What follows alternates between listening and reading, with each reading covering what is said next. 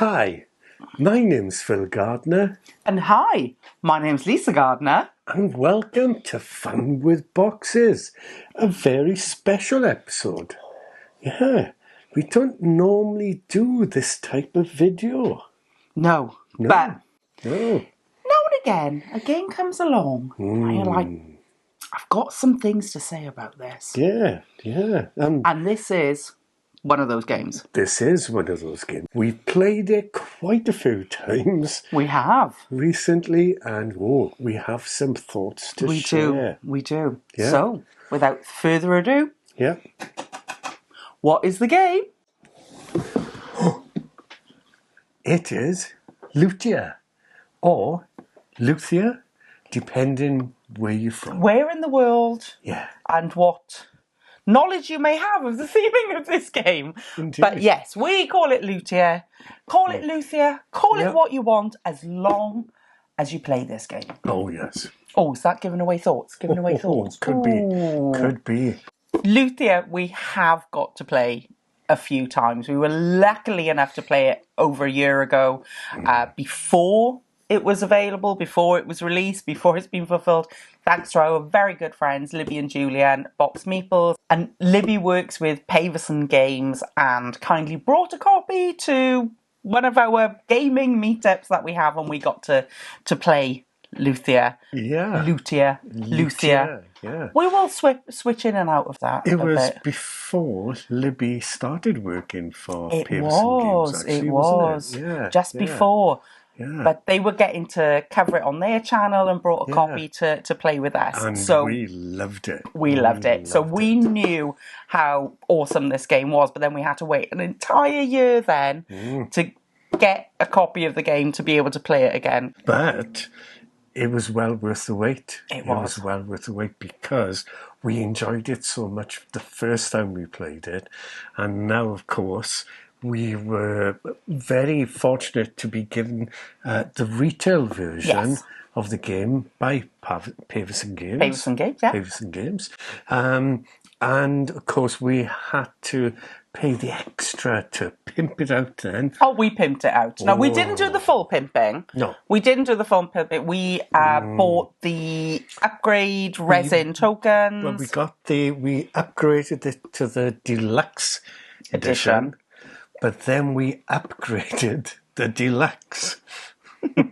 With the resin tokens, the coins, and of course you have to do the baton. Yeah, the baton. Oh. Yeah. We didn't do the musical instrument upgrade, even though they looked amazing. We didn't do the playmat, which looks phenomenal. Yeah. Huge. And we didn't do... Oh, I know, we should have done it. I know. So... We didn't do the musical box dice tower. The plinky plinky plonks. Yeah. So we make our own sounds when rolling the dice and the plinky plinky plonks in this game. Yeah, we do plinkety plinkety plonk it quite a bit. But yes, we have pimped up our copy quite considerably, but not to the pinnacle that you can do. But, yeah. Some of you might already have heard about Luthier, might have a copy of Luthier, or might be thinking about getting Luthier. But for those of you that perhaps this might be the first time you're hearing of it, it's a game published by Paverson Games, as you've already mentioned, but designed by the amazing Dave Beck and Abe Burson. And you are playing as sort of instrument makers, repairers, a bit of everything, but you're trying to have the best instruments possible that the best musicians are going to want to use in the orchestra, that the patrons are going to want to listen to and support you, because you are a master craftsperson, and it's all about how you're going to do that. Yeah, it really is interesting because you have your patrons, Yes. as you mentioned there, and they are looking for a certain style of classical music, and they like certain instruments, They certain do. sounds. So what you're trying to do is you're trying to look after their needs, and they can be quite needy. Oh, some of them are as very, very needy. Yeah, as the game progresses, they get a little bit more needy every time, and you have to satisfy that need. Otherwise, they're just going to walk off, innit? Yes, and Yeah, that's not good. that's not good. That's not good for you. That's not That's not good good. for music. No, but if you sort out some of their desires, then they're a lot more happier, and Yeah. they'll give you a bit Yeah. more time. They'll Then. back off a Yeah, bit. back off a Back bit. off. Yeah, yeah. So you're looking at getting all these wonderful instruments that are, across an orchestra. Yes. Yeah, and sometimes those instruments may go a little bit awry, and what you need to do is you need to repair them. You too. So there's so many different things you get to do in this game of different sort of options on your turn of actions you can take that will please your patrons but will also give you other benefits or progress certain things that you're hoping to do, because you get end game goal cards and objectives that you might be working towards those things. Like say you've got your patrons to please, there's sort of open goals that you might be trying to race other players to. Yeah, It's and you said very, very clever. personal goals, as you mentioned. Personal goals, Personal yeah. goals as well. There are so many elements to this game, and every element is completely thematic. It's completely in the theme. It really is incredible, from preparing your instruments, Yes. and then you go and finish off the instruments, and then you present them then to your patrons who are very, very happy. There is so much to the game. Yeah. So talk about that visual. You've got your own player board where you're managing your resources, you've got your patrons, and you've got some actions you can do on your own personal board. And then you've got the actions out on the big board. Yeah. But the way that you manage your actions is so clever. It's almost like a secret action selection where you've got your discs and they've got different values, and you'll be placing them out on the board on the things that you want to do. But everyone else is going to be doing the same. So when it comes to resolve those actions then in player order, you choose what type of what action you want to resolve, where one of your discs is. But if someone else's discs are there, they get revealed, and whoever's got the higher value, or if they're the same value, whoever got there first gets to do that action first then. And it can really mess with your plans of, I needed to get these things, I needed to do a bit of resource selection, or I needed to get this patron, or I needed this instrument before I did that thing. And it is just such a clever, clever mechanism. Oh, it's... Also, you can amp it up with apprentices and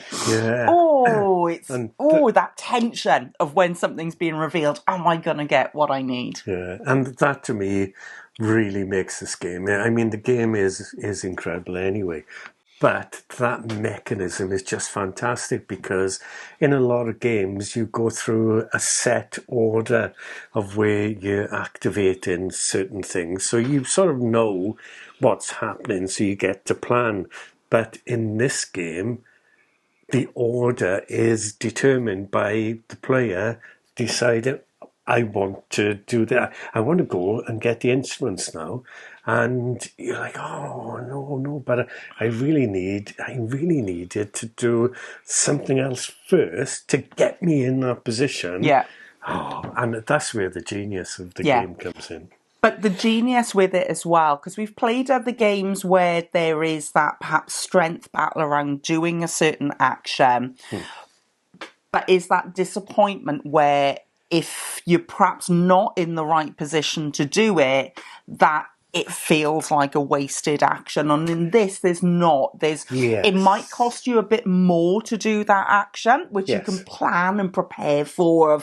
Okay, if that happens, I could take that other card. That might cost me a little bit more. Or there is another action that you can do there around perhaps getting resources and things where you've got that backup of it's never a wasted thing going there if someone trumps you to what you intended to do. You've got to pivot sometimes and just, and just go with what you're able to do as your best action. That's a real good point, that is. And that was something when we've been playing the game since we've had the full version of it that I wasn't doing starting off. And it was like, oh no, I can, of course, I can forfeit my go in that location, as taking it were. That card perhaps and just get that like, metal or get all of those and wood. What I was doing, I was getting the card because I thought I may as well because I'm there, when in actual fact I could have left that there and got some resources that would have helped me out later in the game. So there's always options, opportunities to pivot around things. But it's so clever. But then you've always got the safety of your own board of when you activate those, of knowing that, nobody's going to mess up when I do these things. Yeah, exactly. Yeah, and that's quite nice as well, because you're guaranteed those actions and you trigger them when you want to trigger them. But the main board, you could, one of your patrons might want you to perform a certain instrument in hurdy-gurdy. Hurdy-gurdy. Always hurdy-gurdy. Could be, but it could be strings, or it could be wind. Wind could be wind. Or a plinky-plonk. Or a plinky-plonk, yeah. They could enjoy a plinky-plonk. Yeah. And or they might have a penchant for wind. They may, and now I am completely confused and do not know what I was even talking about. Now, interesting, because we've played this at 4 players and we've played it quite a bit recently at 2 players. Yes. And there is a difference in those player counts. Like, say, with the 4 player, there was a lot more of the chancing it around when you get to do something, because there's only so many spots on the board that the likelihood is that you are going to be going to a spot where someone else will go to. So you really needed to think about those tokens you were put in there. Yeah, do I put my 5 there, or do I put my 3? Or am I not too bothered? Do I put a 1 there? And perhaps people may think, you put your 5 there. Yeah. There was a lot more mind games going on. In the 2 player, we can see a little bit more of what each other are doing, and perhaps we were spreading across the board a little bit more. But that chance was still happening. And there is the option to put in an AI player as well, isn't it? That we haven't played with, but we can see how it would bring in that extra sort of interaction of that risk of, but it will be more of a random risk perhaps of what's happening with that AI person. But we enjoyed it at the 2 player and the 4 player, and they played slightly differently. The way I was thinking and strategizing about what I was doing was very different, and perhaps I took more risk in the 2 player than I was doing in the 4 player, because there was that, oh gosh, I really need to do that, so I need to make sure I put a high token in there. Yeah, and I found, now you've said that, I found the game quite interesting, because it's almost like 2 games. You've got a 2-player version of the game as such that plays really interestingly. But then if you play with 4 players, it takes it to another dimension again. Yeah.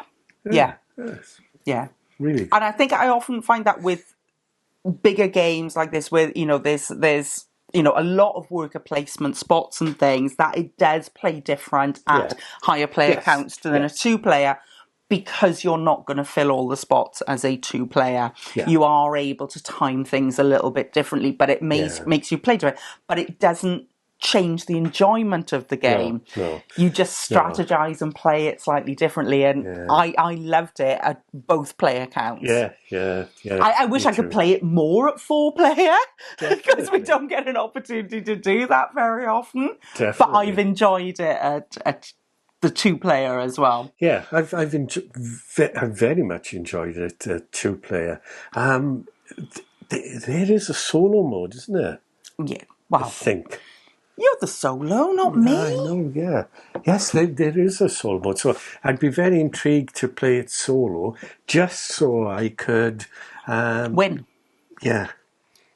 Just so that I could, get to play the game a bit better and perhaps challenge you to a victory rather than come in a very poor second. Now, our last play of it, you did do the best you ever did. You were doing multiple instruments at the same time. I know. It was quite impressive. I was rocking it, but unfortunately, it's not a rock game. It's a classical musical game. So, roll over Beethoven. Roll over, indeed. So it is an absolutely stunning production, whether it's the retail, the deluxe, or you buy the extra deluxe components. It is stunning at every level because it's got the beautiful artwork of Vincent Dutrait, the legend, Vincent Dutrait. Oh, fantastic.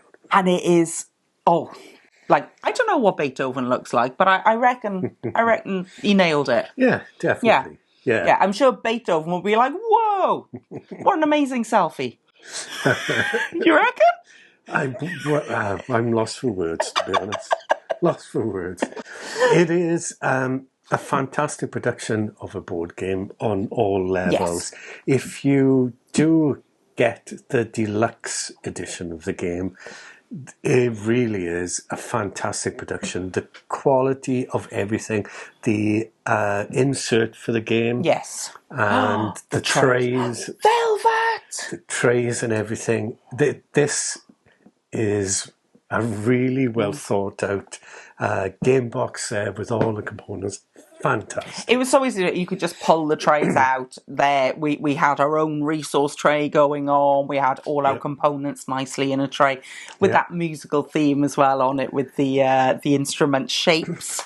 Yeah. And the velvet on the player trays was lovely. But yeah, we got the upgraded components, so we did upgrade the components. And we got all of them in this lovely violin type case. That is stunning. But look, what I loved in this was that attention to detail of obviously the production, but within the game as well. We've said about the composers. You've got Mozart, you've got Beethoven, you've got Pascal, all these famous composers of those eras, but the famous people as well. Queen Victoria's in it, Madame de Pompadour is in it. So it's sort of like those levels of history that interest me. It's like, oh, I want to know a little bit more about that person. We were playing it listening to classical music. We never listen to classical music. But you have to. Yeah. You have to while you play this game. And it was really nice. It added to that enjoyment of the game. Yeah. Well, so much so that we thought we'd do something we don't normally do. Yeah. And just do a video talking about the game. Just what we really thought of it, and it's a brilliant game. It's a cracker. It's probably going to be one of our contenders for Game of the Year. It's only halfway through. It is a contender. There are some other contenders as well, so we'll see how the year pans out. But Luthier really, really enjoyed it. Yeah. Want to play it more. Yep. And once you know it, it plays quite quickly as well. We could knock out a game in the 90 minutes it says on the box. It says 90 to 120, I think, on the box. And we were hitting that 150. And we were hitting that obviously with more players. It would be more like the 2 hours more, but we were hitting that 90 minutes. So the accuracy of timing on a box, that's a rare thing. Yeah.